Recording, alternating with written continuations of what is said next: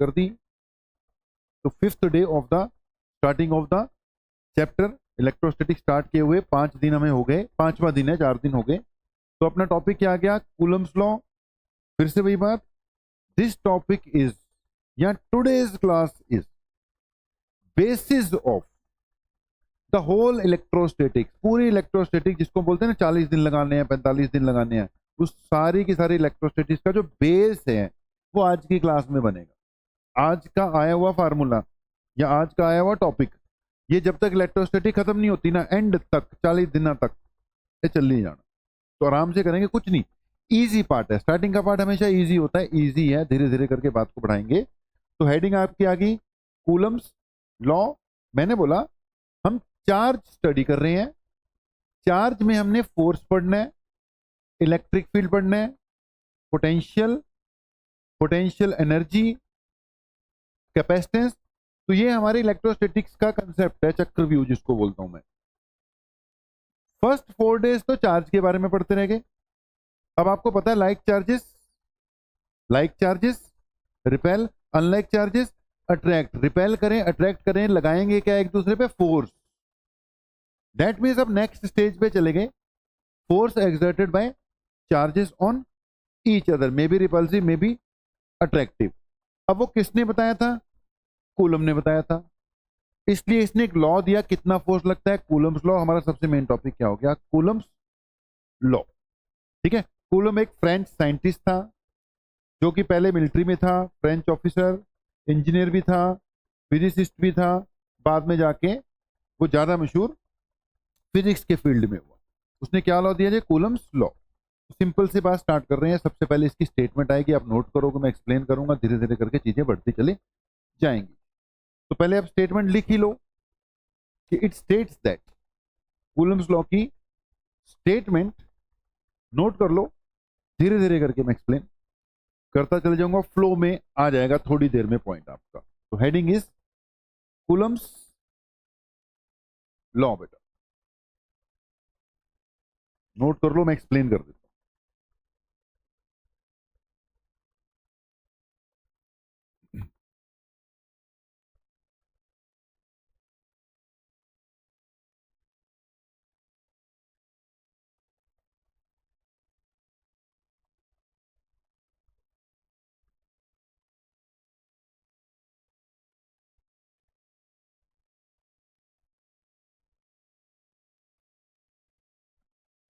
हो गया जी? सुनना जी बात को, जो रहेगा धीरे धीरे नोट करते रहना। ये कहता है कि यार 2 पॉइंट चार्जेस हैं। देखो आते ही एक ना इंपॉर्टेंट वर्ड शुरू हुआ, धीरे धीरे स्टार्ट करूंगा, तेज कर दूंगा काम। फोर्स ऑफ अट्रैक्शन और रिपल्सन। 2 चार्जेस हैं, अट्रैक्ट भी कर सकते हैं, रिपेल भी कर सकते हैं। तो फोर्स ऑफ अट्रैक्शन और रिपल्सन बिटवीन 2 पॉइंट चार्जेस। तो इसमें सबसे जरूरी बात क्या है? Point charges. अब लिखते वक्त पॉइंट के नीचे जैसे मैंने मार्क कर दिया, आप अंडरलाइन कर रख लो कि force of attraction between 2 point charges is directly proportional to the product of the magnitude of the charges and inversely proportional to the square of the distance between them। बेटा क्या कहते हैं?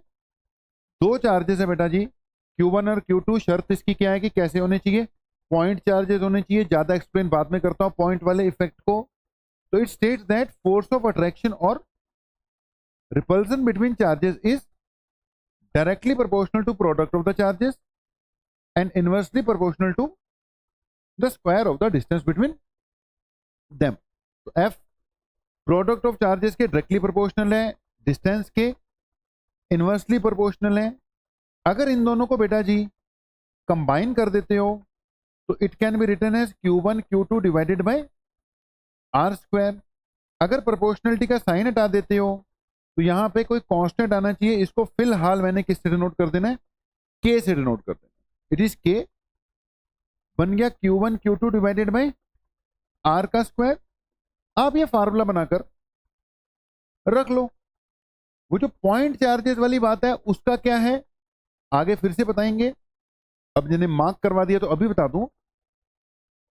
मतलब ये है कि बेटा अगर ये दोनों चार्जेस, पॉइंट चार्जेस नहीं हैं, if they are not point charges, spherical balls हैं, स्फेयर्स हैं, पॉइंट चार्ज नहीं है, बड़े बड़े चार्जेस हैं, तो इनके बीच में लगने वाला फोर्स जब मुझे कैलकुलेट करना होगा, कैलकुलेट तो मैं इसी फार्मूले से करूंगा, ऑप्शन नहीं है दूसरी, फार्मूला तो यही लगाना है।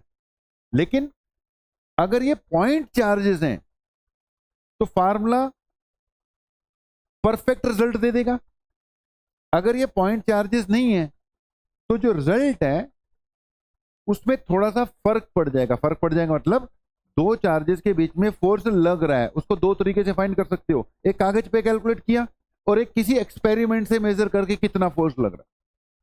अगर ये पॉइंट चार्जेस हैं तो experimentally observed value and calculated value will be same, almost क्या आ जाएगी, सेम आ जाएगी।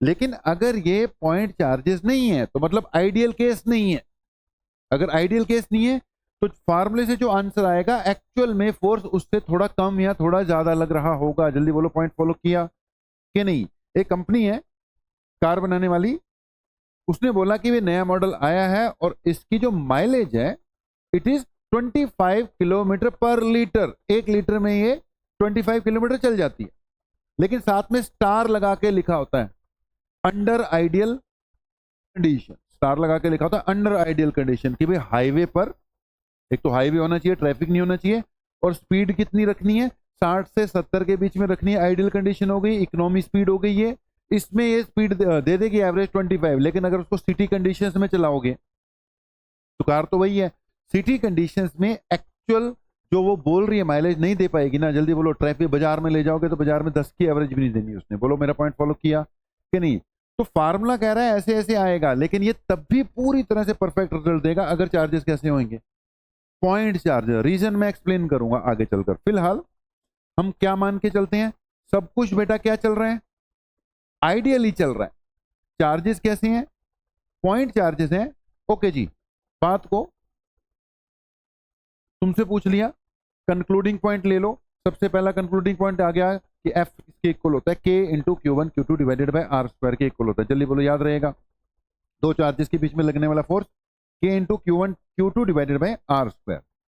अगली बात, इसमें जो के है बेटा, इसकी वैल्यू होती है 9 इंटू 10⁹9, यूनिट इसकी होती है newton metre square per coulomb square. याद रखना, यूनिट भी याद होनी चाहिए, its unit is newton metre square per coulomb square. देखो सिंपली बन जाएगी, ये क्या है, एफ क्या है, न्यूटन, आर यानी डिस्टेंस, ये इधर आ जाएगा तो मीटर स्क्वायर हो जाएगा, न्यूटन मीटर स्क्वायर, और ये मास केजी नीचे, सॉरी कूलम नीचे आ जाएगा पर कूलम स्क्वायर। ये इसकी वैल्यू होती है बेटा इन एसआई सिस्टम। लेकिन अगर सब कुछ किसमें चल रहा हो, सीजीएस में, यानी 95% केसेस में आप एसटी में लेके चल रहे होगे, चार्ज कूलम में, डिस्टेंस मीटर में, तो तुम्हें 95% क्वेश्चन में यही पुट करना है। लेकिन बच गया 5%। कभी कभी 100 में से एक क्वेश्चन ऐसा आ जाएगा, या 100 में से 5 क्वेश्चन ऐसे आ जाएंगे जिसमें चार्जेस किस में दे रखे होंगे, फ्रैंकलिन या ईएसयू में, डिस्टेंस किस में दे रखा होगा, सेंटीमीटर में। तो उस केस में फ्रैंकलिन से कूलम में लाने की बजाय आप उसको सीजीएस में निकाल दो, ज्यादा बेटर रहेगा। तो के की वैल्यू कितनी आएगी, 1। सीजीएस सिस्टम में के की वैल्यू कितनी लेनी होती है, 1। चार्जेस किस में होने चाहिए, ईएसयू में, डिस्टेंस किस में होना चाहिए, सेंटीमीटर में, और फोर्स किस में आ जाएगा, डायंस में। फोर्स आएगा भी किस में, फिर डायंस में। तो इन सीजीएस सिस्टम बेटा its value is taken as 1। ठीक है जी, यूनिट क्या बनेगी, डायन सेंटीमीटर स्क्वायर पर ईएसयू स्क्वायर। ठीक है जी। के को वैसे हम 1/4 चलो मैं बोलता बाद में हूं, पहले जो भी मैंने लिखा है इसको लिख लो। K is equal to 1 divided by 4 symbol का भी मैं नाम नहीं ले रहा, पहले लिख लो उसके बाद लेता हूं। K is equal to 1 divided by 4 इसको बोलना है तुमने एप्सिलॉन नॉट। क्या वर्ड यूज करना है, एप्सिलॉन नॉट। ठीक है, एप्सिलॉन बेटा इस सिंबल का नाम है, एप्सिलॉन इस सिंबल का नाम है। अगर इसके साथ मैं 1 लगा दूं तो इसको पढ़ूंगा एप्सिलॉन 1, अगर इसके साथ 2 लगा दूं तो इसको क्या पढ़ूंगा एप्सिलॉन 2, और अगर इसके साथ 0 लगा दूं तो इसको पढ़ते हैं एप्सिलॉन नॉट। क्या चीजें हैं वो बताऊंगा अभी धीरे धीरे करके, फिलहाल इसको लिखना सीखो, पढ़ना सीखो। F is equal to K Q one Q two by R square, K की वैल्यू बता दी, के की वैल्यू बता दी, वैसे इसकी वैल्यू किसके इक्वल होती है 4 1/4 पाई एप्सिलॉन नॉट। यही सॉल्व करने के बाद कितना आता है 9 इंटू 10⁻⁹। सीजीएस में सॉरी एसआई में यूनिट इसकी क्या बनती है newton metre square per coulomb square. मेरी बात सुनना, अगर क्वेश्चन न्यूमेरिकल वाला है, चार्जेस दे रखे हैं 2 microcoulomb 5 microcoulomb numerical type, distance centimetre में दे रखा है, तो आप के की वैल्यू क्या पुट करोगे 9 इंटू 10⁻9 पुट करोगे, क्योंकि सॉल्व होगा वो तो। अगर क्वेश्चन आर्बिट्रेरी है, वैल्यू दे रखी है Q1 Q2 Q3, समझ गए कि नहीं, वैल्यू नहीं दे रखी, सिर्फ बोल रखा है 3 चार्ज है Q1 Q2 Q3, क्योंकि आंसर तो निकलना नहीं है, तो 9 इंटू 10⁻9 वैल्यू पुट करने का कोई फायदा नहीं है। फिर के की जगह क्या पुट करना है तुमने 1/4 पाई एप्सिलॉन नॉट, वहीं छोड़ देना जो भी आंसर आ रहा हो, बाकी पता लगेगा ही आगे चल चल कर। इस पेज पे जितना लिखा हुआ है नोट हो गया, क्लियर भी है ये। कूलम्स लॉ कहता है ऐसे ऐसे फोर्स लगता है, फोर्स का फार्मूला आ गया, के की वैल्यू आ गई, ठीक है जी। थोड़ी सी डिस्कशन है, मैंने तुम्हें बताया बेटा के किसके इक्वल है, it is 1/4 pi epsilon not. के स्मॉल है बेटा, ये याद रखना, कई बार ना मैं लिखते लिखते वो इसी टाइप का डाल दूंगा, लेकिन आपने समझना है ये स्मॉल है, ठीक है। कर्सिव में चाहे ना लिखो, हम छोटे और बड़े में ये फर्क रखें कि जो स्मॉल के है इसको थोड़ा छोटा लिखूंगा, जो कैपिटल के है, क्योंकि कल मैं एक कैपिटल के इंट्रोड्यूस कर चुका हूं, डाई इलेक्ट्रिक कांस्टेंट, ठीक है जी।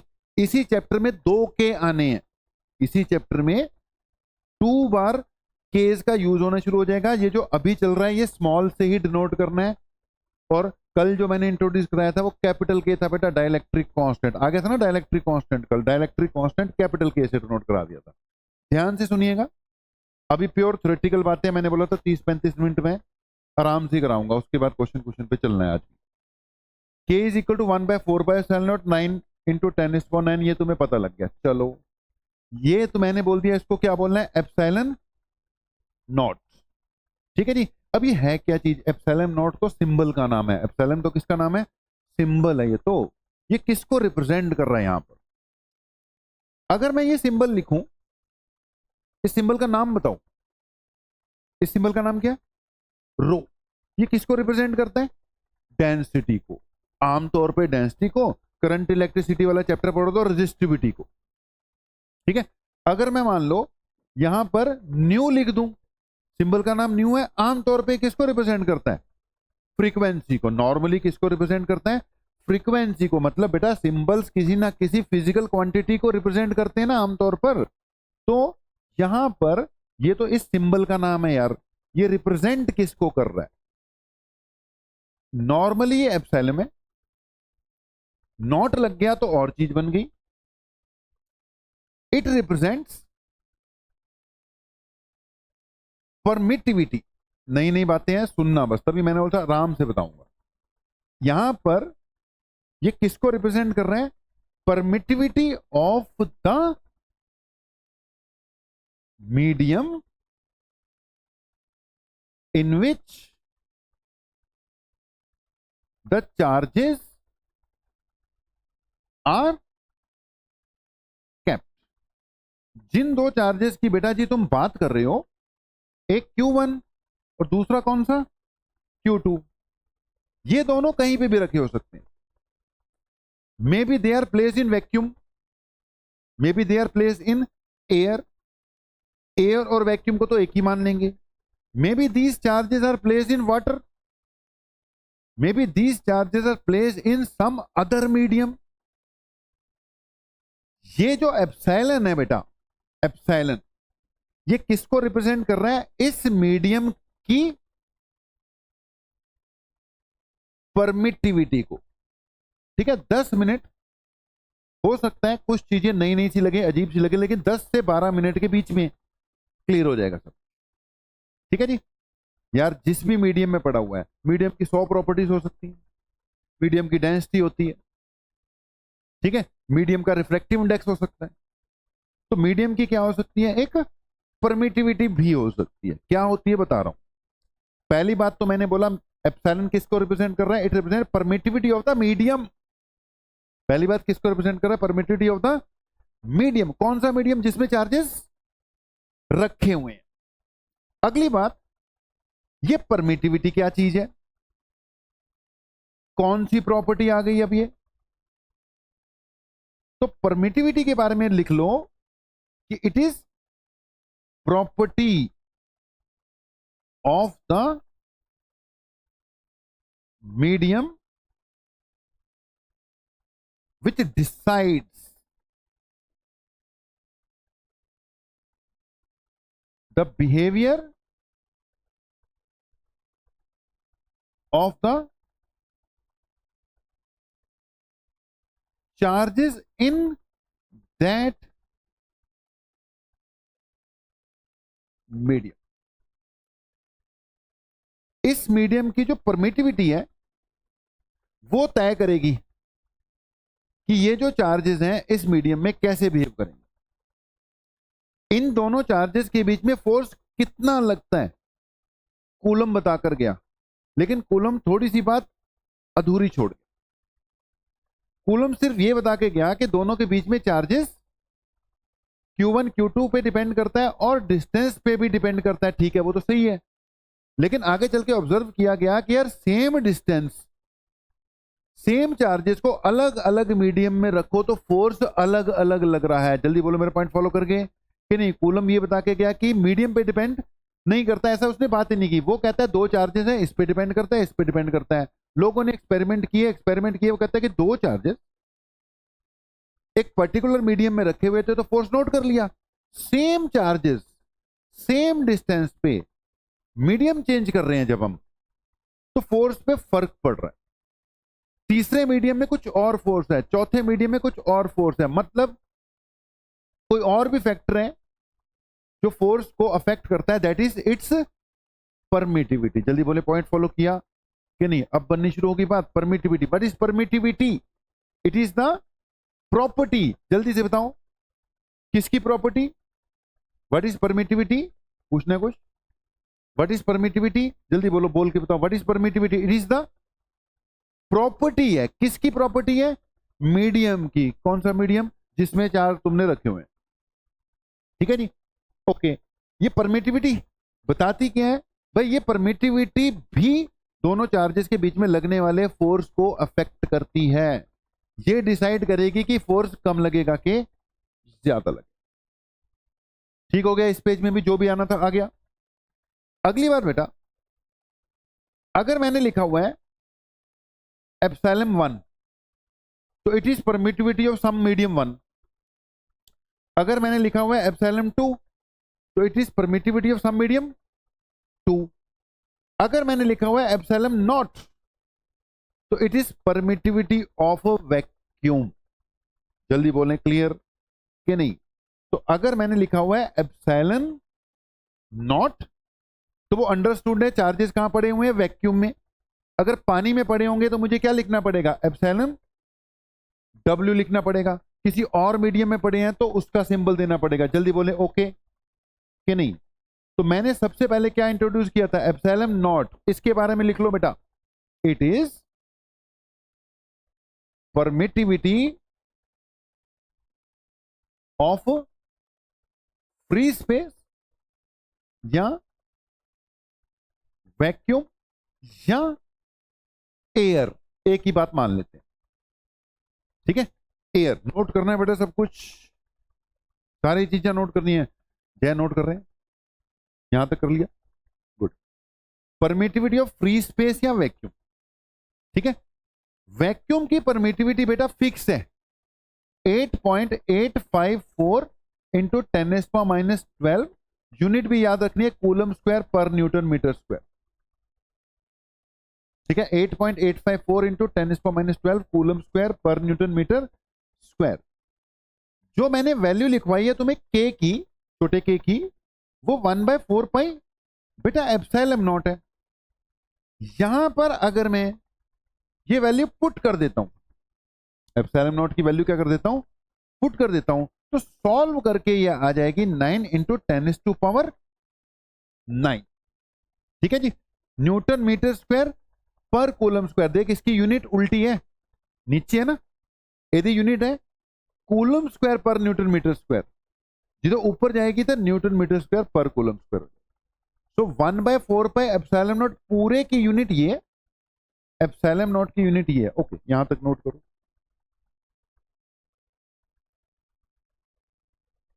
ठीक है जी, अब ध्यान से सुनना, Q1 Q2 के नीचे आर स्क्वायर, फार्मूला तुम रट चुके हो, आ गया तुम्हें फार्मूला। और मैंने बोला यार के की वैल्यू क्या भर दिया कर, 9 इंटू 10⁻⁹ भर दे, तेरा आंसर आता रहेगा। लेकिन तुम्हें अब पता लग जाना चाहिए कि ये जो वैल्यू 9 इंटू 10⁻⁹ इस चीज की है, ये वैल्यू तब आई है जब तुमने वैक्यूम वाली परमिटिविटी भरी है। यानी इस फार्मूले को लगाते वक्त 9 इंटू 10⁻⁹ तुम सिर्फ तब पुट करोगे जब ये श्योर हो कि charges are placed in vacuum. जब ये श्योर हो when charges are placed in vacuum. जब चार्जेस को किसी अदर मीडियम में रख दिया, मान लो पानी में रखे हुए चार्जेस, तो के की वैल्यू 9 इंटू 10⁻⁹ नहीं भरनी चाहिए या नहीं भर सकते, क्योंकि ये तो तभी आनी थी जब वैक्यूम वाला केस चल रहा हो। बोलो पॉइंट क्लियर कि नहीं? अगली बात सुन लो, 90% या उससे भी ज्यादा केसेस में हमें क्वेश्चन भी क्या आएगा, या डे टू डे लाइफ के हिसाब से बात कर रहे हैं तो वैक्यूम वाला केस ही चल रहा हो। मेरी गल फॉलो की थी? यानी 90% केसेस च तो के दी वैल्यू की चलूगी 9 इंटू 10⁻⁹ ही चलेगी। जल्दी बोलो बेटा, ठीक है, हुन तक समझ लग रहा है, सब कुछ क्लियर ही है। तो 90% केसेस में तो 9 इंटू 10⁻⁹ ही लगनी है। ओके, एक और बात सुन लो, अगर क्वेश्चन आ गया या किसी ने बोला या कहीं पे भी ये टॉपिक चल रहा है और किसी ने बोला नहीं कि charges are place in so and so medium, कोई इंफॉर्मेशन नहीं है, तो बाय डिफॉल्ट क्या मान लिया जाएगा, they are placed in vacuum. अगर कोई और मीडियम दे रखा होगा तो वो बताएगा कि ये मीडियम है, ता लेना है। जे कुछ नहीं बोल लिया आप की मान के चल जावांगे they are placed in vacuum. जल्दी बोलो, समझ गए कि नहीं? तो तुम्हारी वैल्यू के की 9 इंटू 10⁻⁹ ही है, वो तो 10% बच गया।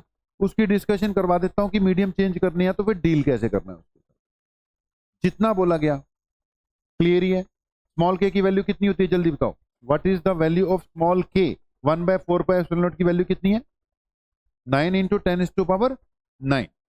लेकिन अगर उसने बोल दिया क्वेश्चन में कि मीडियम कोई और है तो ये नहीं लेनी, फिर क्या लेनी है वो डिस्कस करते।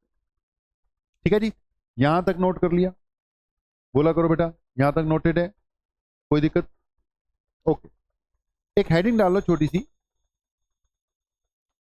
Effect of medium, effect of medium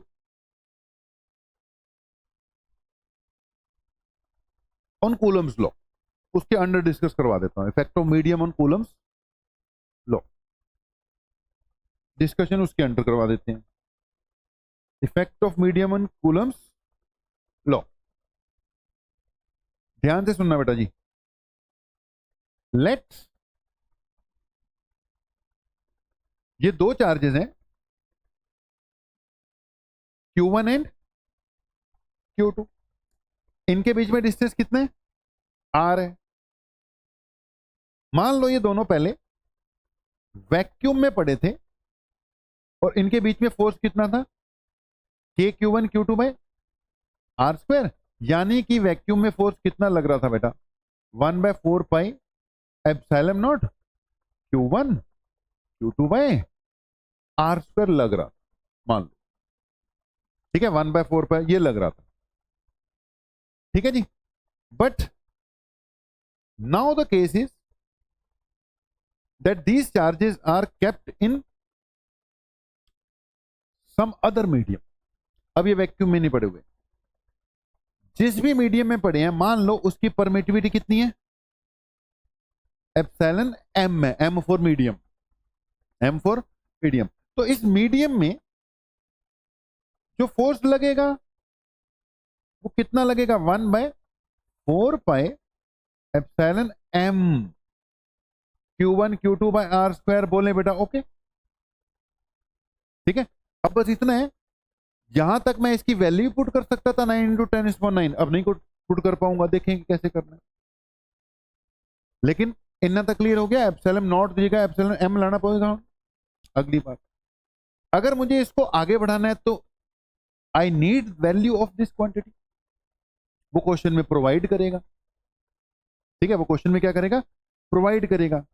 लेकिन बेटा आमतौर पे वो क्वेश्चन में एप्सिलॉन एम प्रोवाइड नहीं करेगा, नॉर्मली प्रोवाइड नहीं करेगा। क्या प्रोवाइड करेगा, एक तीसरी टर्म आती है ओके। क्या एप्सिलॉन नॉट क्लियर है तुम्हें, क्या है, what is epsilon not, it is permittivity of vacuum air, value भी पता है 8.854 फिक्स है। ये क्या चीज है बेटा, permittivity of this given medium. एक नई चीज डिफाइन होती है बेटा जिसको बोलते हैं रिलेटिव परमिटिविटी।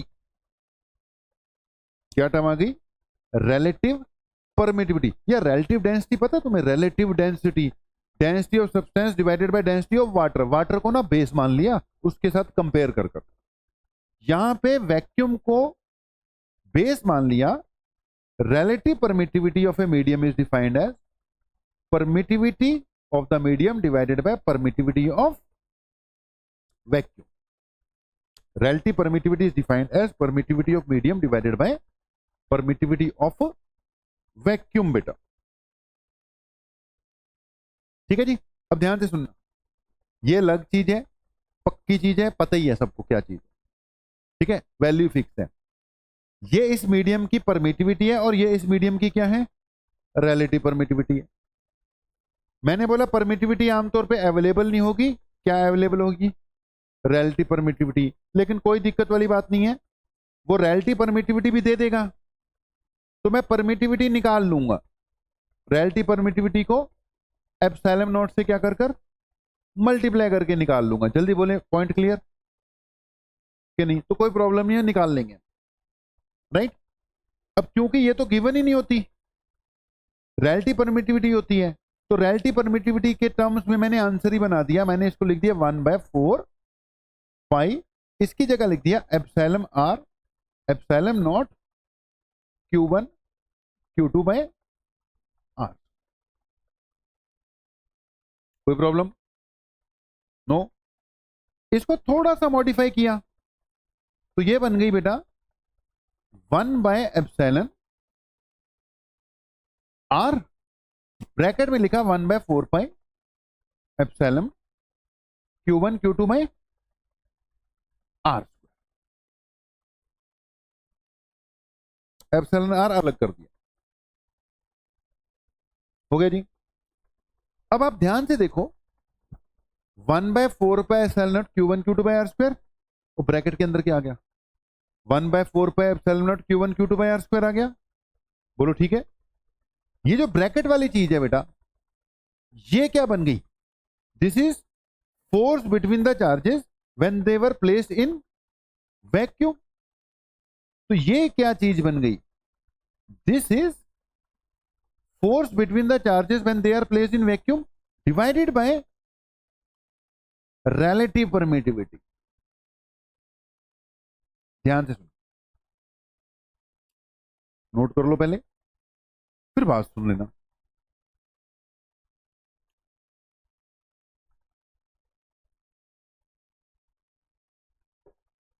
हो गया जी, नोट हो गया।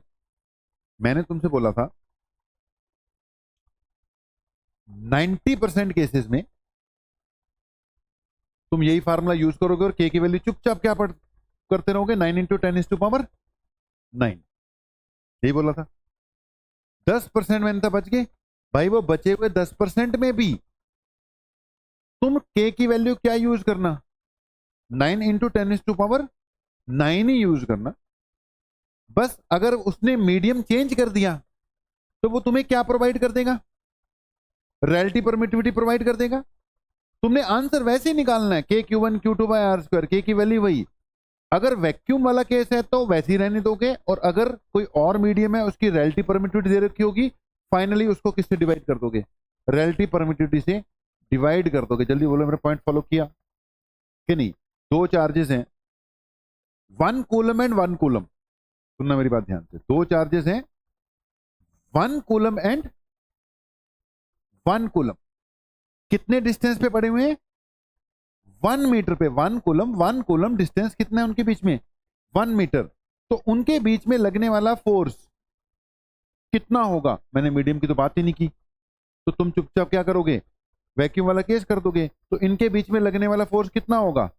के Q one Q two by R square. K कितने? 9 into 10⁻⁹। Q one 1, Q two 1, और ये भी क्या है? 1। इन न्यूटन आ गया। ये बस वैसी पॉइंट समझाने के लिए लिख दिया मैंने, क्वेश्चन नहीं है, वैसे लिख दिया। एक गल समझ लगी? मैं समझाना चाहता हूं, सेम चार्जेस यानी 1 कूलम 1 मीटर के डिस्टेंस पे वाटर में रखे होते तो उनके बीच में कितना फोर्स लगता? आपने चुपचाप यही निकालना है, और इसको वाटर की रिलेटिव परमिटिविटी से क्या कर देना है? डिवाइड कर देना है। वो दे रखी होगी क्वेश्चन में। जल्दी बोलो, मेरा पॉइंट फॉलो किया कि नहीं? तो दैट मीन्स के की वैल्यू एक ही है तुम्हारे पास, 9 इंटू 10⁻⁹ ही। अगर मीडियम चेंज भी कर दिया और रिलेटिव परमिटिविटी देगा, वो बाद में उससे क्या कर दूंगा? डिवाइड कर दूंगा। किसी तरह की कंफ्यूजन? ठीक ही है, चल पड़ेगा। ओके, रिलेटिव परमिटिविटी दोबारा आओ, मुझे देखकर इसकी यूनिट बताओ क्या है। रिलेटिव परमिटिविटी का फंडा बता दिया, ये बता दिया, यूनिट बताना रिलेटिव परमिटिविटी की यूनिट, इट यूनिटलेस। ऊपर भी परमिटिविटी, नीचे भी बेटा क्या? परमिटिविटी, तो it has no unit, it is a dimensionless quantity. Note कर लेना बेटा, क्वेश्चन ही आ जाता है कभी। इट इज अ डायमेंशनलेस यानी कि यूनिटलेस क्वांटिटी। ठीक है, इसकी कोई डायमेंशन नहीं होती। छोटे पॉइंट्स है, आते चले जाएंगे, नोट करते जाना, समझना। तो ए डायमेंशनलेस क्या है? क्वांटिटी है। ओके, रिलेटिव परमिटिविटी पे ही है। Relative permittivity is equal to epsilon divided by epsilon naught. ठीक है, बेसिकली जब मैं कह रहा था permittivity gives the behaviour of the medium, ठीक है जी, तो परमिटिविटी की बजाय प्रोवाइड हमेशा क्या की होती है? Relative permittivity. ठीक है जी, it is also known as dielectric constant। कल जो मैंने डाइलेक्ट्रिक कांस्टेंट इंट्रोड्यूस किया, कैपिटल के, कल किया था ना, capital K Q dash is equal to -Q1 - 1/K वाला फार्मूला आ रहा था एक यार, उसी को रिलेटिव परमिटिविटी बोलते हैं, और रिलेटिव परमिटिविटी को ही क्या बोलते हैं? Dielectric constant. It is also denoted by capital के, यानी जब डाइलेक्ट्रिक कांस्टेंट है तो उसको किससे डिनोट किया हुआ था? कैपिटल के से डिनोट किया था ना। Rather the more popular name is dielectric constant. More popular यही है। तुम आज के बाद जितने भी क्वेश्चंस पाओगे उनमें रिलेटिव परमिटिविटी कम मिला करेगा और डाइलेक्ट्रिक कांस्टेंट ज्यादा मिला करेगा। ठीक है जी, तो रिलेटिव परमिटिविटी या डाइलेक्ट्रिक कांस्टेंट बेटा एक ही बात। कल को तुमसे पूछ ले कोई डाइलेक्ट्रिक कांस्टेंट की यूनिट बताओ, यूनिट, तो what is unit of dielectric constant? Unit. ठीक है, अब तुम बताओ, क्या मैंने कल बता दिया तुम्हें जो के है उसकी वैल्यू हमेशा 1 से क्या होती है? ज्यादा होती है। 1 किसके लिए होती है? वैक्यूम के लिए। 1 किसके लिए होती है? वैक्यूम के लिए। अदरवाइज हमेशा क्या होती है? 1 से ज्यादा होती है। तो जो मैंने अभी तक तुम्हें पढ़ाया बेटा, उसके हिसाब से force in given medium is equal to force in vacuum divided by relative permittivity, I can also write force in given medium is equal to force in vacuum divided by capital K. जल्दी बोलो ठीक है ठीक है ठीक है ठीक है जी. That means K less than 1 है. K 1 से हमेशा क्या होता है, कम होता है. ठीक है जी. तो अगर मैं K की वैल्यू 1 भरूंगा, 1 1 1, तो मतलब पार्टिकल्स कहां पड़े हुए हैं, चार्ज पार्टिकल्स वैक्यूम में, तो फोर्स आ गया Fv के इक्वल. लेकिन अगर कोई और मीडियम आएगा तो मुझे K की वैल्यू भरनी पड़ेगी. K की वैल्यू तो 1 से क्या होती है, ज्यादा होती है. सुनना मेरी बात को. अगर नीचे 1 से ज्यादा वैल्यू भर दोगे, 2 3 4 10 100, तो जल्दी बताओ ये वैल्यू ऑफ फोर्स कम होएगी कि बढ़ने के चांसेस हैं कोई? कम ही होएगी बेटा. नीचे वैल्यू 2 आ गई, क्योंकि 1 से नीचे इसने आना नहीं है. K की वैल्यू 1 तो थल्ले तक हो ही नहीं सकती. अब 2 तो शुरुआत की थी, 2 डालूंगा तो फोर्स आधा हो गया. ठीक है. यहां पर हाँ ये गलत है. K हमेशा 1 से क्या होता है, ज्यादा. हाँ ग्रेटर देन इक्वल टू ही होएगा. लेकिन मैं बोल रहा हूं अगर मैंने मीडियम चेंज कर दिया, मीडियम चेंज कर दिया मतलब वैक्यूम तो छोड़ ही दिया ना. वैक्यूम में यही है वो बात जो K है ना बेटा, समझ बात. ये कल वैसे मैं बता गया, तेरी बात सही है, मुझे लिखना चाहिए ग्रेटर देन इक्वल टू. लेकिन यार वैक्यूम तो कुछ होता ही नहीं है ना, वैक्यूम तो है ही नहीं. तो जब भी मैं कोई मीडियम लेकर आऊंगा तो कुछ तो लेके आऊंगा ना, वैक्यूम थोड़ी लेके आऊंगा. समझ गए कि नहीं? वैक्यूम तो है ही नहीं. वैक्यूम थामी किसने ली हुई है, एयर ने ली हुई. एयर का भी डाइलेक्ट्रिक कांस्टेंट 1 से स्लाइटली क्या होता है, ज्यादा होता है. स्लाइटली क्या होता है, ज्यादा. लेकिन मान लेते हैं चल 1 है. ठीक है, तेरी बात भी सही है, ग्रेटर देन इक्वल टू 1 होना चाहिए. लेकिन इसको बोलते यही है कि K हमेशा 1 से क्या है, ज्यादा है. 1 तो सिर्फ वैक्यूम के लिए, वैक्यूम तो है ही नहीं, एग्जिस्ट नहीं करते. वैक्यूम तो मतलब खाली जगह. ओके, मेरा ये वाला पॉइंट रुड़ गया बीच में, दोबारा बोल रहा हूं. Fm is equal to Fv by K. मैंने तुमसे पूछा अगर मैं मीडियम चेंज कर दूं, वैक्यूम की बजाय कोई भी मीडियम, एनी मीडियम इंट्रोड्यूस कर दूं, चार्जेस के बीच में लगने वाला फोर्स कम होगा कि ज्यादा होगा? कम ही हो, क्योंकि नीचे वैल्यू क्या आ रही है, 1 से ज्यादा आ रही है. तो K ग्रेटर देन 1 है. यहां पर force in medium is always less than force in vacuum. Note डाल के लिख लो बेटा, NOTE नोट डाल के पॉइंट ही डाल लो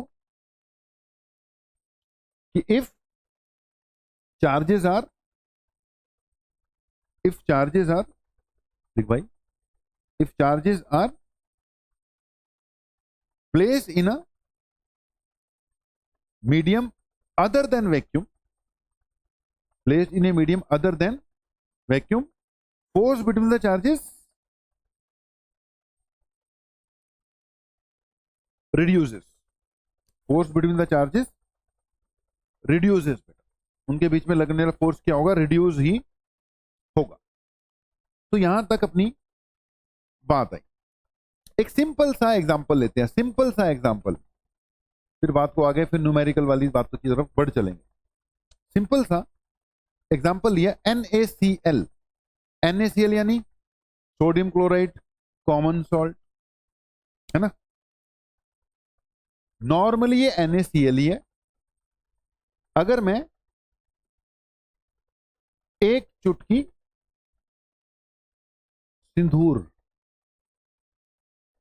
सॉरी एक चुटकी नमक, ठीक है, एक चुटकी सिंदूर नहीं, एक चुटकी नमक पानी में घोल दूं, तो केमिस्ट्री कहती है कि NaCl यानी नमक को, कॉमन सॉल्ट को पानी में घोल दो तो NaCl नहीं रहता, वो Na प्लस Cl नेगेटिव हो जाता.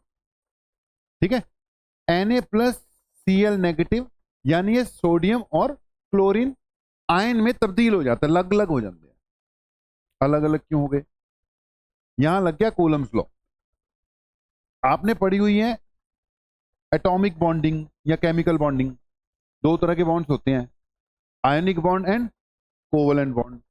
NaCl में कौन सा बॉन्ड है, चलो बताओ।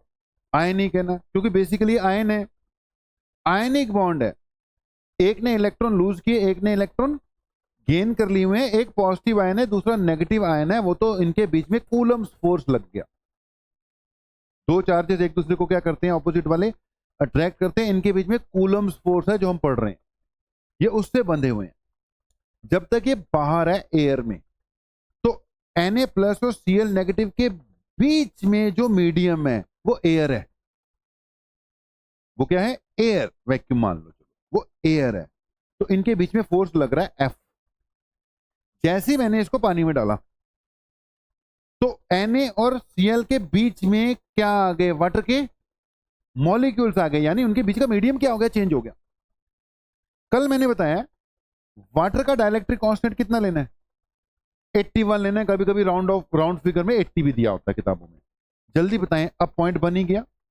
जैसे ही इसको पानी में डाला, इनके बीच का मीडियम चेंज हो गया। मीडियम जो भी डाला उसका डाइलेक्ट्रिक कांस्टेंट था 80, तो इनके बीच में लगने वाला फोर्स 80 टाइम्स क्या हो गया, रिड्यूस हो गया। 80 टाइम रिड्यूस हो गया तो फोर्स वीक पड़ गए, तो इसलिए अलग अलग हो जाते हैं। जल्दी बोलो, क्लियर ही है। तो सिंपल सी कहानी, कूलम्स लॉ। ओके, ये कूलम्स लॉ की फर्स्ट स्टेज थी, जो भी थी अपनी, क्या थी, कूलम्स लॉ की फर्स्ट स्टेज। न्यूमेरिकली चलनी है, 3-4 दिन तक सिर्फ क्वेश्चन कराऊंगा क्लास में, इसके बाद की जो क्लास है, ठीक है। आज शुरू में जो थ्योरी चलनी है चल जाएगी, उसके बाद सिर्फ क्या चलने हैं, क्वेश्चन ही चलने हैं। कभी वार्म अप चल रहा है, कभी एग्जाम्पल चल रहे हैं, कभी कुछ चल रहा है, क्वेश्चन ही चलने हैं। कूलम्स लॉ अभी शुरू ही हुआ है, थ्योरी खत्म हुई है बस। ओके जी, ये तुम लोग लिख लो, एक्सप्लेन मैं कर देता हूं जल्दी जल्दी। Limitations of Coulomb's law. बेटा तो अगली बात आ गई, लिमिटेशंस ऑफ कूलम्स लॉ। पहली तो हमने डिस्कस की ही थी, applicable only for point charges.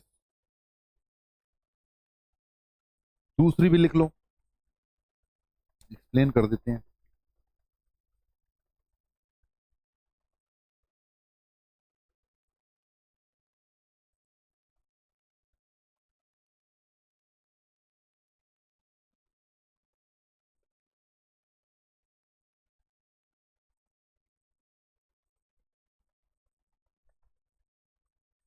Noted. जो फर्स्ट है बेटा, उसमें क्या बोला, applicable only for point charges. अब इसका मतलब ये नहीं है कि पॉइंट चार्जेस नहीं होंगे तुम अप्लाई नहीं करोगे, ऑप्शन नहीं है। फार्मूले तो कटने पैने, वही लगणगे, लेकिन परफेक्ट रिजल्ट चाहिए तो पॉइंट चार्जेस से ही आएंगे, ठीक है। अब उसमें ना फर्स्ट वाले पॉइंट पे एक क्वेश्चन आता होता है, जेई का ही क्वेश्चन है, IIT का पहले आया हुआ है।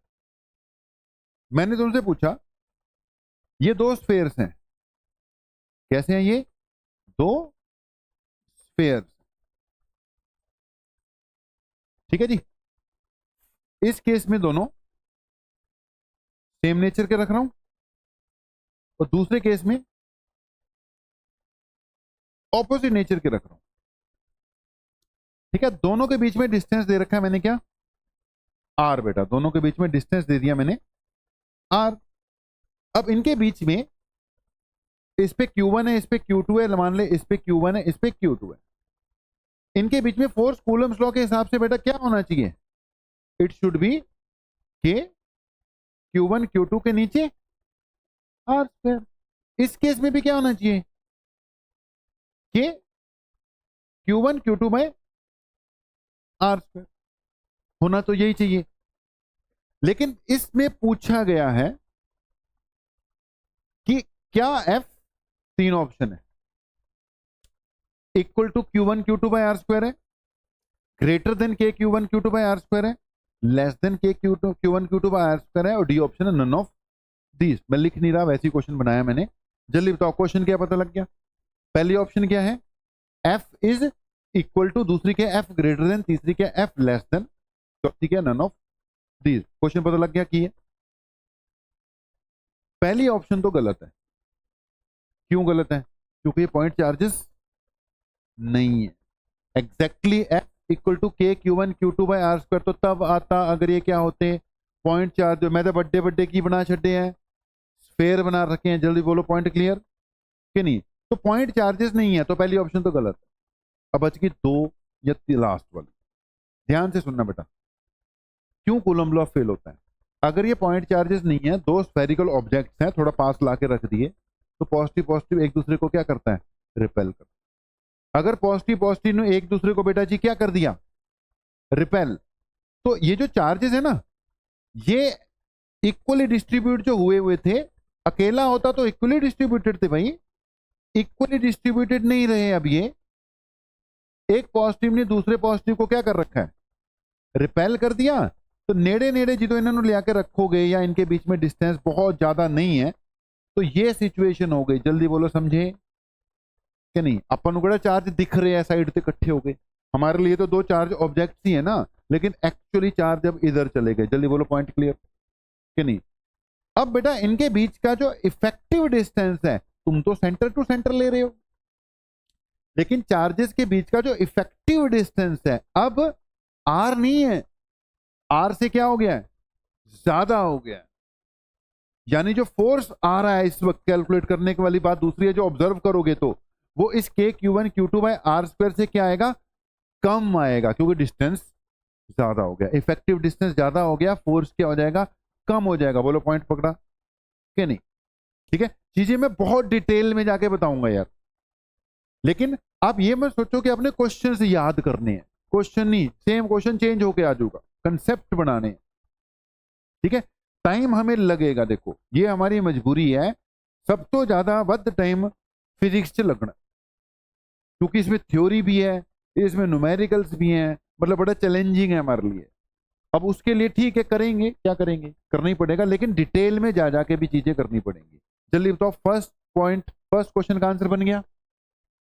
सेकंड का बना सकते हो अब इसी चीज को सोचकर, क्योंकि ये पॉइंट चार्जेस नहीं है लेकिन ऑपोजिट नेचर के हैं, तो इनके बीच का इफेक्टिव डिस्टेंस क्या हो जाएगा?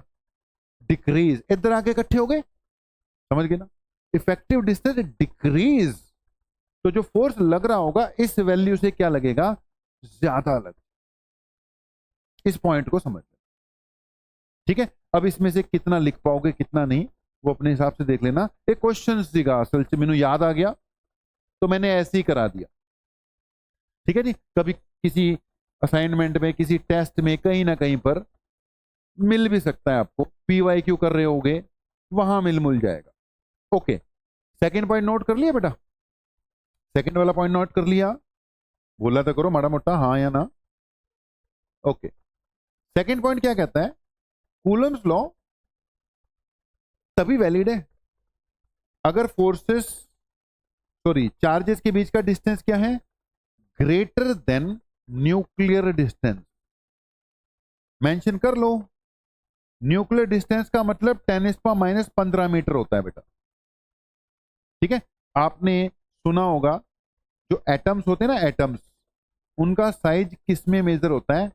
एंगस्ट्रॉम में होता है। एक एटम है, जितने भी एटम है, जितने भी, सबका रेडियस अलग अलग होता है, पर आंदा सब दा एंगस्ट्रॉम चाहिए। ठीक है, size of the atom is in angstrom. Angstrom का मतलब 10⁻10 मीटर। ठीक है, जरा न्यूक्लियस होता है ना, न्यूक्लियस वो इससे भी छोटा होता है। न्यूक्लियस एटम से भी छोटा है। अब अगर मैं यहां पे क्या लिखूं?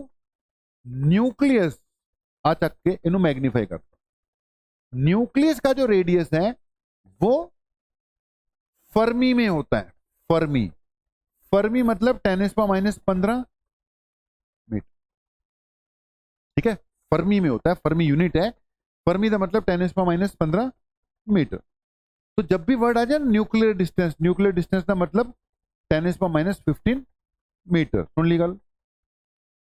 ठीक है, अब तुम बताओ न्यूक्लियस के अंदर कौन कौन से पार्टिकल पाए जाते हैं? Proton and neutron. तो कुछ इसके अंदर क्या है बेटा? प्रोटॉन। कुछ क्या है इसके अंदर? न्यूट्रॉन भी हैं, चलो प्रोटॉन भी पाए जाते हैं इसके अंदर और न्यूट्रॉन भी पाए जाते हैं। अब तुमने बताना है न्यूट्रॉन और न्यूट्रॉन एक दूसरे को, न्यूट्रॉन और न्यूट्रॉन अट्रैक्ट करते हैं कि रिपेल करते हैं? कुछ भी नहीं करेंगे। प्रोटॉन प्रोटॉन रिपेल करने चाहिए। प्रोटॉन और न्यूट्रॉन, प्रोटॉन और जब न्यूट्रॉन न्यूट्रॉन नहीं अट्रैक्ट करते तो प्रोटॉन न्यूट्रॉन क्या करेंगे? अट्रैक्ट कर सकते हैं।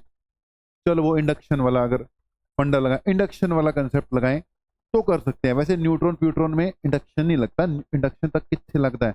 ये बड़े ऑब्जेक्ट हो, नॉर्मल साइज। न्यूट्रॉन तो है ही इक्को पार्टिकल है ना, वो कहां से कलेक्ट होगा? मेरी बात समझ गए कि नहीं? इंडक्शन तो ता होनी सी जे फ्री इलेक्ट्रॉन इकट्ठे हो जान। फ्री इलेक्ट्रॉन किस में इकट्ठे होंगे? कोई स्फेयर हो, कोई बॉल हो, उसी में होंगे। न्यूट्रॉन च केड़े फ्री इलेक्ट्रॉन इकट्ठे होने? मेरा पॉइंट पकड़ा कि नहीं? मैं तुम्हारी बात समझ गया, तुझे क्यों अट्रैक्ट करने बोलता।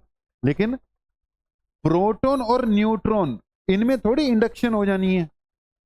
न्यूट्रॉन में कौन सा फ्री इलेक्ट्रॉन है? वो तो खुद पार्टिकल है। मेरी गल फॉलो की थी, मैं तुम्हारी बात समझ गया था। तुझे क्यों आंसर अट्रैक्टिव दिता? क्योंकि दो चीजें आपस में अट्रैक्ट कर सकती हैं बिना चार्ज के भी, लेकिन ये इस पे नहीं लगनी कहानी।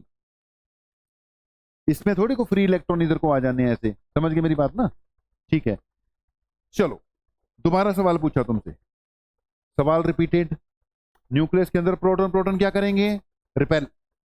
प्रोटॉन न्यूट्रॉन क्या करेंगे? कुछ नहीं। न्यूट्रॉन न्यूट्रॉन भी क्या करेंगे? कुछ नहीं। तो प्रोटॉन प्रोटॉन को तो रिपेल करना चाहिए, लेकिन न्यूक्लियस के अंदर भाई अगर ये रिपेल करते होते तो ये न्यूक्लियस से बाहर ही आ जाते, फट जाते। तो न्यूक्लियस से क्या आ जाते? ये बाहर ही आ जाते। लेकिन ऐसा तो नहीं हो रहा।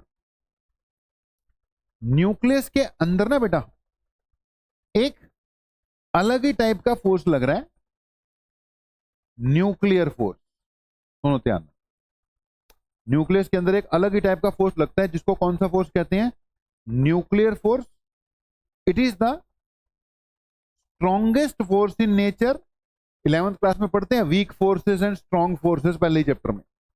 It is the strongest force in nature. और मेरी गल ये है, न्यूक्लियस के अंदर कूलम्स लॉ नहीं लगता। कूलम्स लॉ फेल हो रहा है। अगर लगता भी होगा, nuclear force very very strong है, उसको लगने ही नहीं देता। हमने लाइन लिखवाई हुई है, Coulomb's law is applicable only if distance between the charges is greater than nuclear distance. अगर चार्जेस के बीच में डिस्टेंस न्यूक्लियर डिस्टेंस से कम है, मतलब वो न्यूक्लियस के अंदर है, कूलम लॉ नहीं लगना, फेल। और अगर उनके बीच का डिस्टेंस 10⁻⁻15 मीटर से ज्यादा है, मतलब वो न्यूक्लियस के क्या है? बाहर।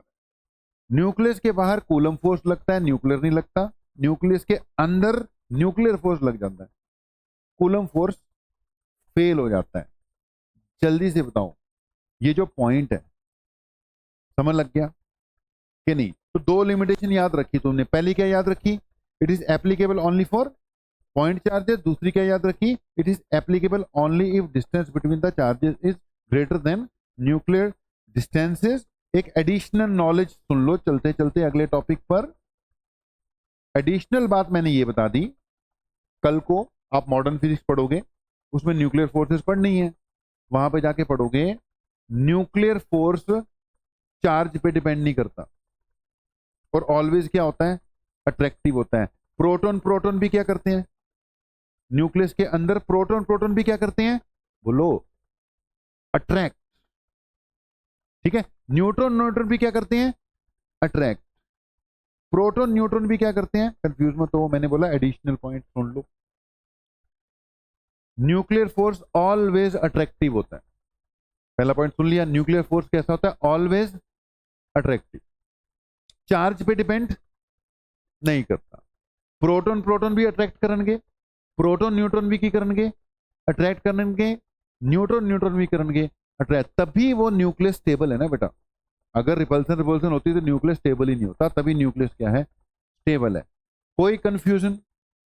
दो पॉइंट टिप्स पे आ गए। पॉइंट चार्ज वाला क्वेश्चन भी बना के दे दिया, क्योंकि कल्ला पॉइंट नहीं, मैं क्वेश्चन बना के दूंगा ता गल बनेगी ना, और इसमें भी डिस्कशन करवा दी। ओके जी। कुल मिला के तुम्हारे पास एक फार्मूला है ले देकर के Q1 Q2 divided by R square, उसी की बात चल रही है। ओके, अब कुछ एग्जांपल्स, ठीक है, अगले आधे घंटे में 7 8 9 जितने भी एग्जांपल होंगे वो कवर अप करने जा रहे हैं। नोट भी करना है, ठीक है जी, नोट भी करना है। और एक ना वही आप लोगों की सबकी जो भी है आज या कल में ग्रुप बनेगा, ठीक है जी। ये एग्जाम्पल कई बार अगर नहीं नोट कर पाते, जैसे आज बड़े बड़े क्वेश्चन आएंगे, मैं बोलूंगा नोट ना करो, सोल्यूशन बस नोट कर ले, तो इसकी पीडीएफ ग्रुप में डाल दूंगा कि कोई क्वेश्चन वोश्चन मिस हो जाता है। उसके अलावा मैंने बोला एक शीट मिला करेगी डीपीपी लगभग डेली बेसिस पे, और मॉड्यूल के क्वेश्चंस करने हैं। तो थोड़ा ना सिस्टम को बनाते हैं, ग्रुप ग्रुप बनाते हैं आपका, सारी इंफॉर्मेशन उसमें डालेंगे। पहला क्वेश्चन हो गया, जल्दी बताओ, अब तक तो हो जाना चाहिए। Find out electrostatic force between 2 point charges place in air. दोनों का चार्ज कितना है 1 कूलम, और डिस्टेंस कितना है 1 मीटर। ओके, हो गया, ये तो करा ही दिया मैंने, क्वेश्चन नहीं सिखाया। 1 कूलम डिस्टेंस कितना 1 मीटर। तो इनके बीच में फोर्स कितना आ गया था, अभी तो कराया था, के की जगह 9 इंटू 10⁻9। ये 1 इंटू 1 था, और नीचे भी क्या था 1 का स्क्वायर ही था। आंसर क्या आ गया बेटा 9 के या 9 इंटू 10⁻9। अच्छा एक और गल, हमारा फाइनल आंसर कभी भी के में नहीं बचना चाहिए। यहां तक के दी वैल्यू आएगी, या फिर क्या आएगी 1/4 एप्सिलॉन नॉट, के में नहीं बचना चाहिए। जल्दी बताओ, क्लियर है ये क्वेश्चन? पहले ही क्वेश्चन था, एक तरह का वार्म अप ही था, लेकिन इसमें एक पॉइंट बताना चाह रहे हैं हम कि 1 कूलम बहुत बड़ा चार्ज है। पहले दिन भी मैंने बोला coulomb is a very very big unit of charge, आगे भी बोलते रहेंगे। तो 1 कूलम अगर आए तो इनके बीच में फोर्स छोटा मोटा नहीं, कितना लग रहा है 10⁻9। It is very very high value, बहुत हाई वैल्यू। बस वैसे ही क्वेश्चन है कि चल एक तो फार्मूला याद हो जाएगा, एक इसकी वैल्यू याद हो जाएगी, दूसरा चल ये बोल देंगे कि भाई 1 कूलम बहुत बड़ा होता है, और डे टू डे लाइफ में माइक्रोस्कोपिक लेवल पे जो चार्जेस हैं किस ऑर्डर के होते हैं, माइक्रो कूलम ऑर्डर के होते हैं। कई बार गलप्पा कर लिए, ठीक है जी। अगले क्वेश्चन पे चलते हैं। क्वेश्चन मत नोट करना, पीडीएफ भेज दूंगा। जिनके नंबर नहीं होंगे वो नंबर दे के जाना। मेरा नंबर नहीं होगा, मेरा नंबर ले लो, लोग ग्रुप बनाते हैं, आज बना देंगे और पीडीएफ इसकी भेजनी शुरू करेंगे। क्वेश्चन सुनो, कितने टाइम्स 4 टाइम्स आंसर आ गया।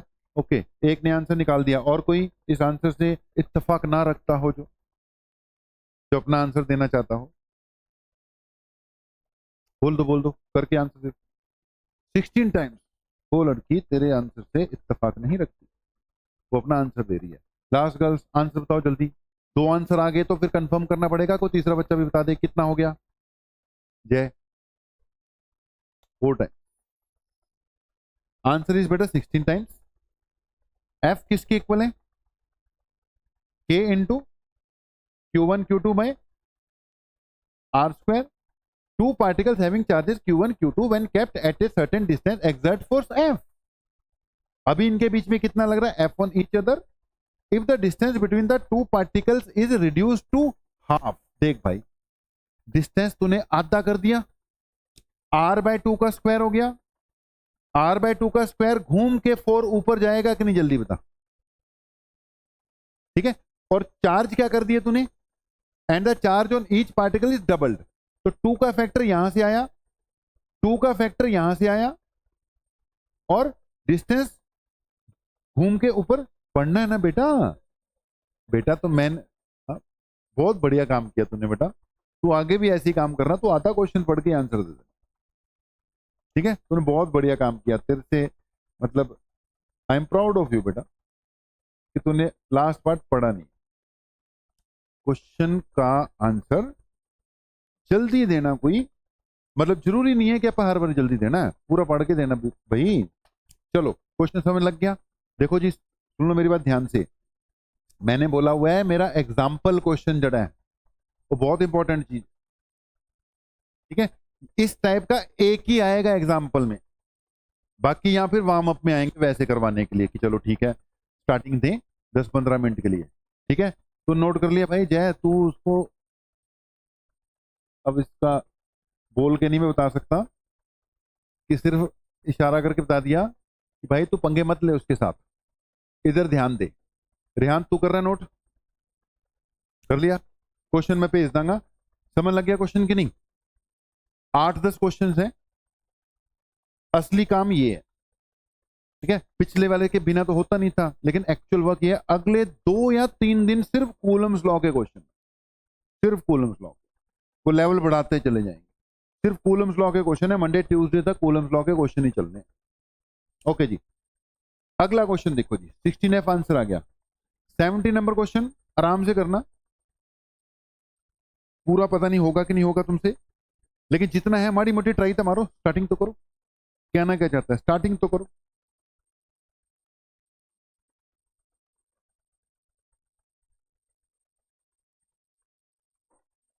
चलाया करो क्वेश्चन को माड़ा मोटा। अब पार्टिकल जिसका मास एम है, अब पार्टिकल ऑफ मास एम बेटा, carrying charge Q1 is revolving around a fix charge -Q2 in a circular path.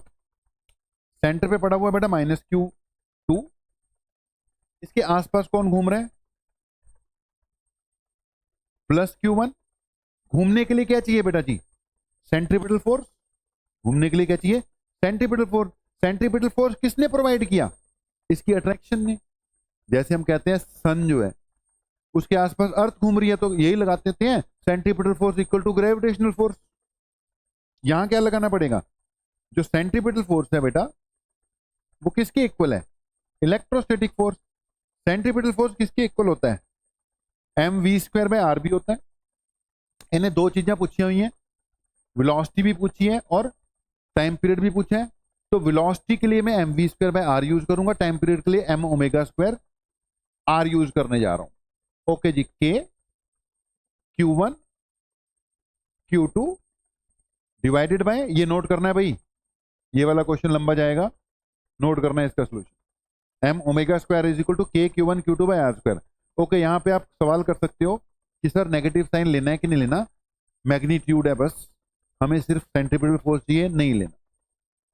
ठीक है, आगे चल के कुछ क्वेश्चंस आएंगे जहां पे माइनस का भी ध्यान रखना पड़ेगा। इस चित्र में कल्ले फोर्स का की चाहिए, मैग्नीट्यूड चाहिए। ओके जी, थोड़ा सा सॉल्व कर लो, जो मेरे से पहले कर लेगा वो भी बढ़िया होगा, करके देख लो। मैं अपने हिसाब से कराता रहता हूं तुम्हें। m की जगह क्या डाल दूं मैं? ω² इज इक्वल टू क्या आ गया? It is k Q1 Q2, it is k into Q1 Q2 divided bye क्या आ गया बेटा? mr²। ठीक है ना, k Q1 Q2 divided by mr²। Omega किसके इक्वल आ गया बेटा जी? It is under root k Q1 Q2 के नीचे mr²। ओमेगा की जगह क्या लिखोगे?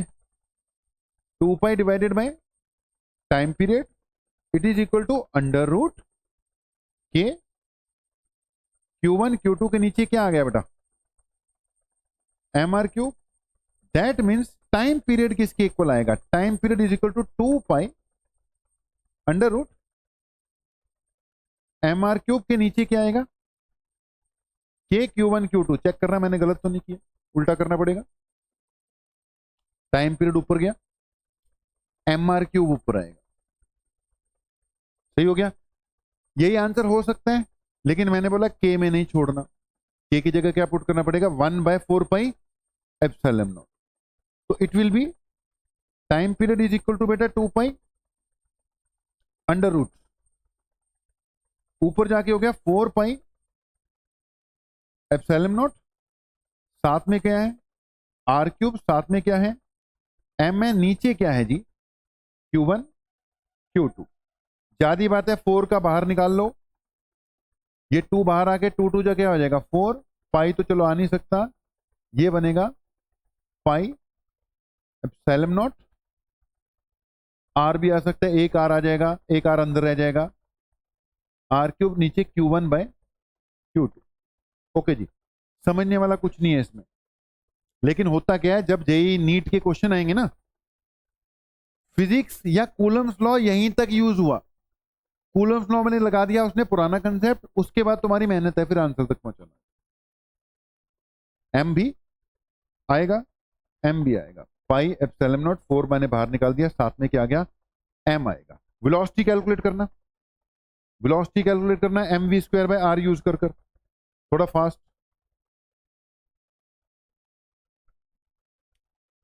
ये क्वेश्चन करने में कंफ्यूजन हुई कि हो गया, लगभग हो ही गया, आंसर बाद में मैच करवाते हैं, पहले वेलोसिटी निकाल लो अपने हिसाब से, वेलोसिटी अपने आप निकालो।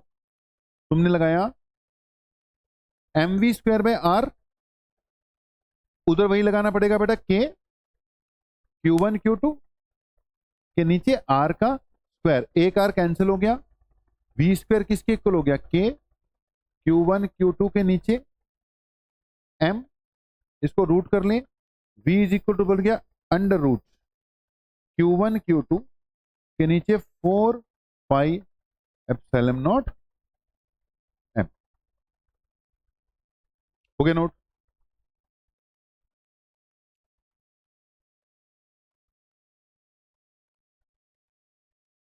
लिख ले भाई जहां भी आएगा, इसके नीचे आना ना एम आर, तो यहां पे क्या आएगा एम इंटू आर। देखो जरा आंसर मैच हो रहे हैं कि नहीं। Q1 Q2 4 pi epsilon naught R, ये वेलोसिटी आ गई, Q1 Q2 4 pi epsilon naught M into R, और दूसरा क्या था 4 पाई आर, 4 पाई आर। ठीक है, अंशिका सही कह रही थी, एक आर बाहर निकाल लो। ठीक है, आंसर तो सही है, आर क्यूब का एक आर बाहर निकाल लिया, एक अंदर भी बचेगा, तो pi epsilon naught R M Q1 Q2 सही आंसर। नोट किया, नोट करो बेटा। देखो हर तरह की स्टेज आनी है। फर्स्ट स्टेज है जी थ्योरी चल रही है, टॉपिक चल रहा है, पहले आधा घंटा उस तरीके ना चल रहा, फिर आ गया जी इजी क्वेश्चन चल रहे हैं, फिर मुश्किल वाले भी आएंगे, हर तरह की स्टेजेस आनी है। लास्ट में बेटा दोनों बच्चे समझ लग गया, क्वेश्चन क्लियर है, नोट कर लिया सब कुछ। ओके, मैंने बोला एग्जाम्पल वाले पक्के नोटेड में चल जाने चाहिए, कॉपी चाहेंगे तो दे। हाँ जी केड़ा बेटा 2 पाई बाय, ये कहां से आया, ये बेटा ओमेगा जरा होंगे ना, इससे पिछले स्टेप में ओमेगा था ना, omega is equal to 2 pi by time period, ये मतलब तू अपनी साइड दे ना, नोट करके रख।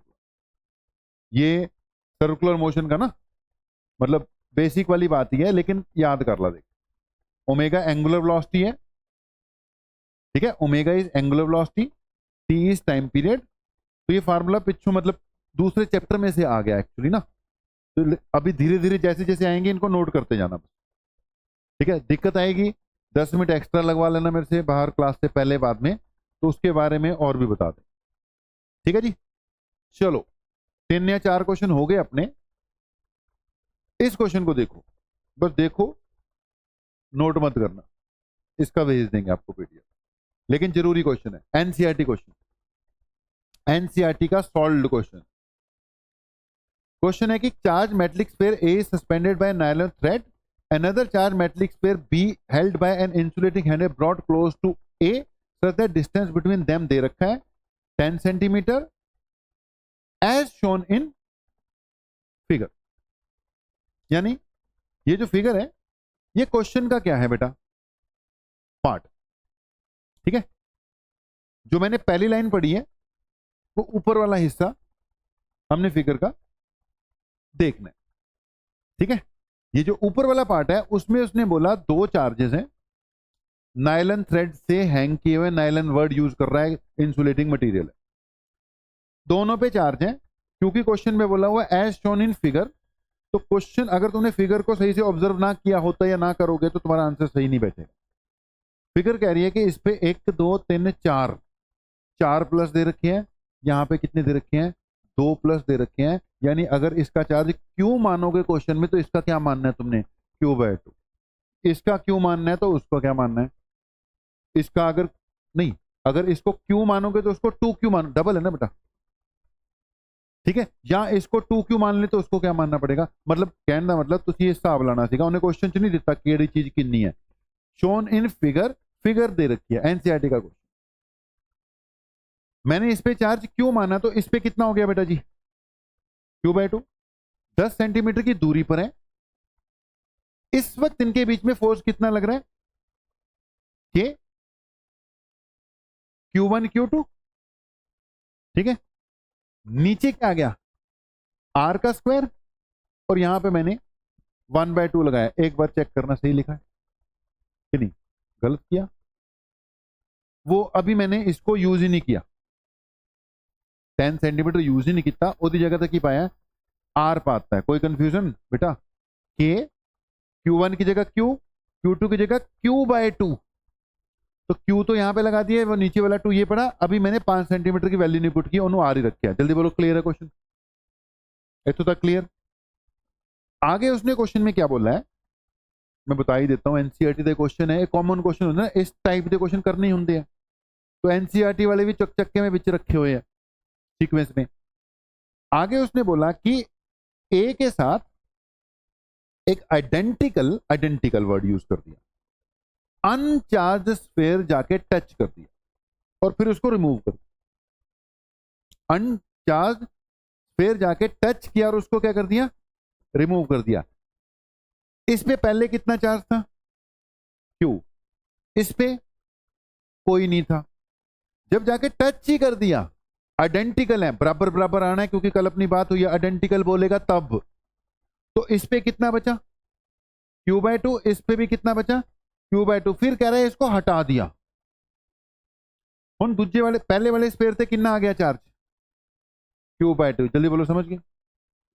फिर उसने क्वेश्चन में आगे बोल रखा है, तुम पढ़ोगे मैं वैसे समझा दूंगा, कि बी से एक डी कोई होती चौथा अनचार्ज स्फीयर लाके टच किया,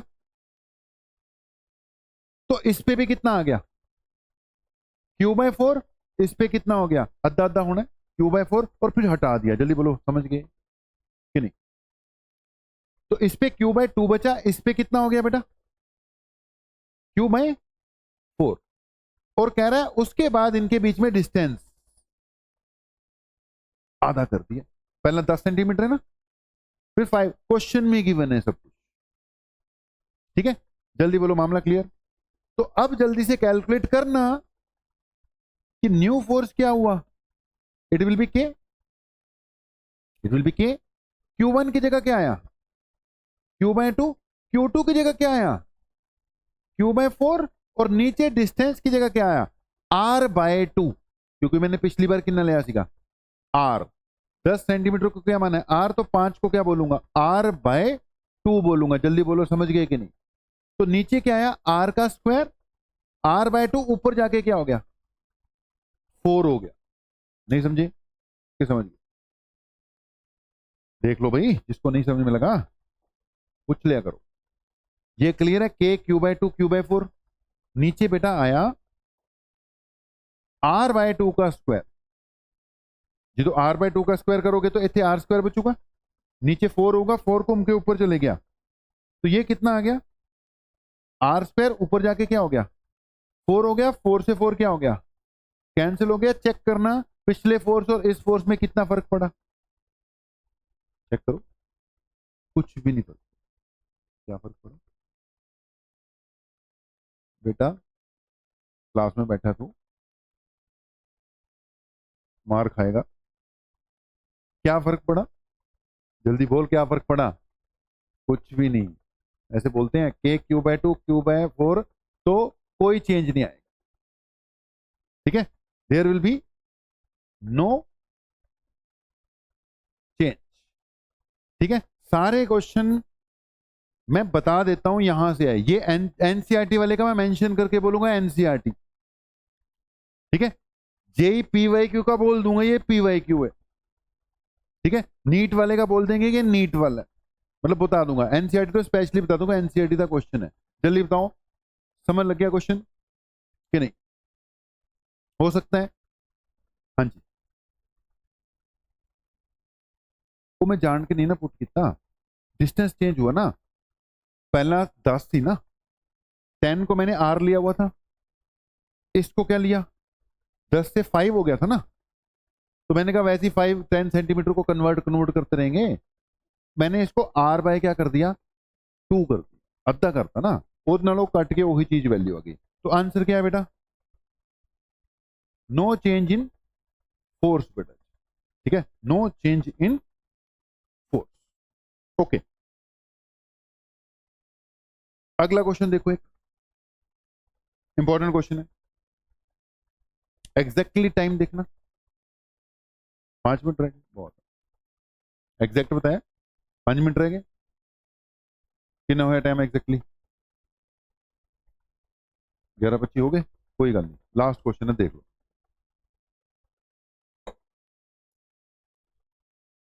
अ टोटल चार्ज क्यू इज, जिन्हें स्टैंडर्ड क्वेश्चन है, मतलब ये भी ता करा रहे हैं, ਜਿਹੜੇ एग्जाम्पल वाले और टिपिकल स्टैंडर्ड टाइप क्वेश्चन की, एक first type, second type, third type, fourth type ऐ करके आते हैं, ता मैं क्या है स्पेशली नोट होने हैं। अ total charge Q is broken into two parts, Q1 and Q2। ये टोटल चार्ज क्यू है, इसके दो पार्ट करने हैं यार, एक Q1 थे, दूसरा की Q2। वैसे मैं इसको छोटा क्यू मान लूं तो इसको क्या मानूंगा? Q minus Q. जल्दी बोलो, समझ गए कि नहीं? एक ही के दो पार्ट किए ना, तो एक Q है और दूसरा Q माइनस क्यू, लेकिन क्वेश्चन में Q1 Q2 दे रखे हैं। चलो ठीक है जी। तो ये चार्जेस हैं, कह रहा है इनमें लगने वाला जो मैक्सिमम फोर्स है, they are placed at a distance r from each other, the maximum force of repulsion between them will occur when. उन्हें क्या दो टुकड़े करने हैं, ए नहीं दसिया किवें करने हैं, बराबर बराबर भी कर सकते हो, 1/3 और 2/3 कर लो, जितना मर्जी करो, कहता फोर्स की चाहिए, मैक्सिमम चाहिए। फोर्थ ऑप्शन, यही ऑप्शन सही है, बराबर बराबर करोगे तभी डिफ्रेंशिएट करके किया जा सकता है।